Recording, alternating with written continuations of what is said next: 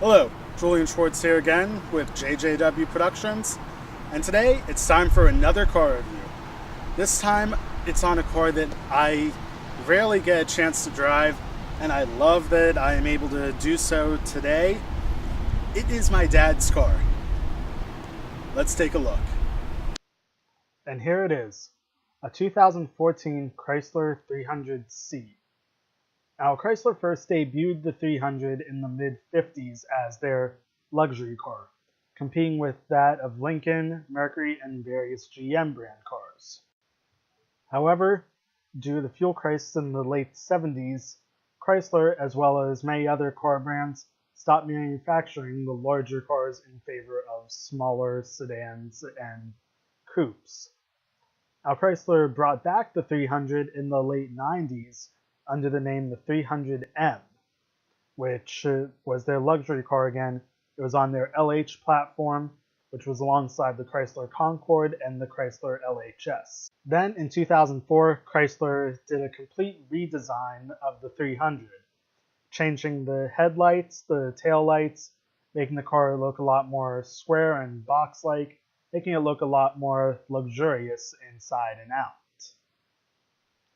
Then, in 2011, Chrysler did another refresh of the 300, updating the headlights, the front grille, as well as the taillights and some interior features for the current model. So what do I like about the Chrysler 300? First, its size. The 300 competes with cars like the Chevy Impala, Ford Taurus, Kia Optima, and the Hyundai Sonata as far as full-size cars go. In the luxury full-size class, it competes with the Mercedes E-Class, Jaguar XJ, Volvo S90, various GM cars such as the Buicks and Cadillacs, Lincoln Continental, and BMW 5, 6, and 7 Series cars. I also like the look of the newer 300s as well.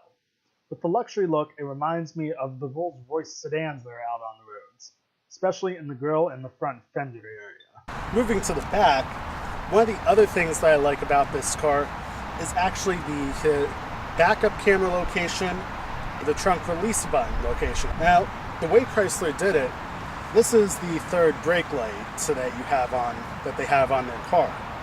And they integrated the trunk button and the backup camera. They made it look very symmetrical. The trunk release button is here, whereas the backup camera is here. And if you didn't see them up close, you cannot tell a difference, honestly. It's also easy to open the trunk. Let me show you. Very easy. So something else that I like about this car is that it's an all-wheel drive. Now, this is something my dad was looking for when he traded in his CTS. His Cadillac CTS was a rear-wheel drive car, so it sucked in the snow sometimes, which I've had first-hand experience with. But what's nice about this car, the all-wheel drive is not always active. Whenever the temperature is above 32 degrees, it's actually a rear-wheel drive car. Another cool feature that I like about this car is the door handle. Now, there's a button on the door handle. As long as you have the key fob on you, if you press your finger or press the button in, you can lock the car, or you can unlock it. Pretty cool.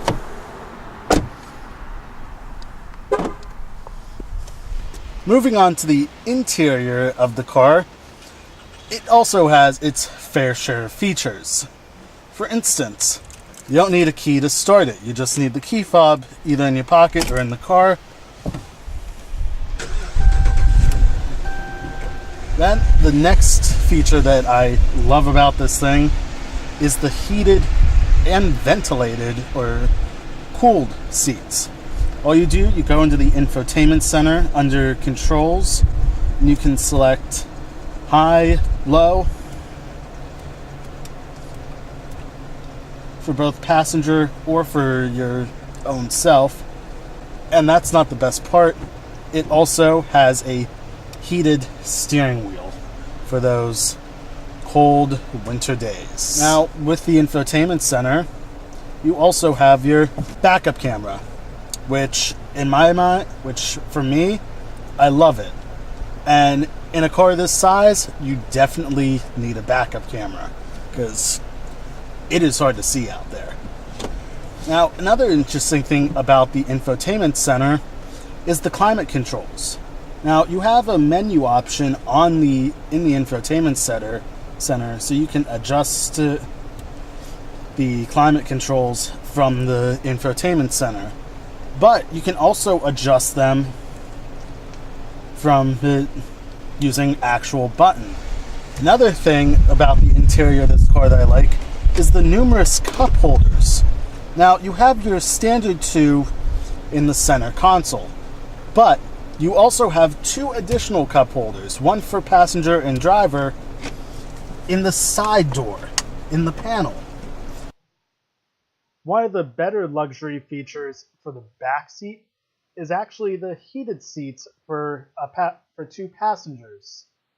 Now, a lot of upper-end luxury cars like the Mercedes, BMW, and Volvo, they have heated seats in the back. However, this is the first sedan that I have seen that has heated seats for a bench seat instead of bucket seats. So something else that's in this car to remind you that is a luxury car is it has a sunshade for the back window, which can be controlled from either the infotainment center or from a button back here.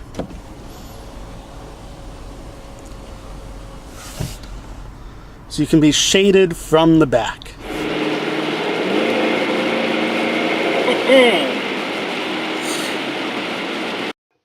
Now, the 300 is very nice to drive.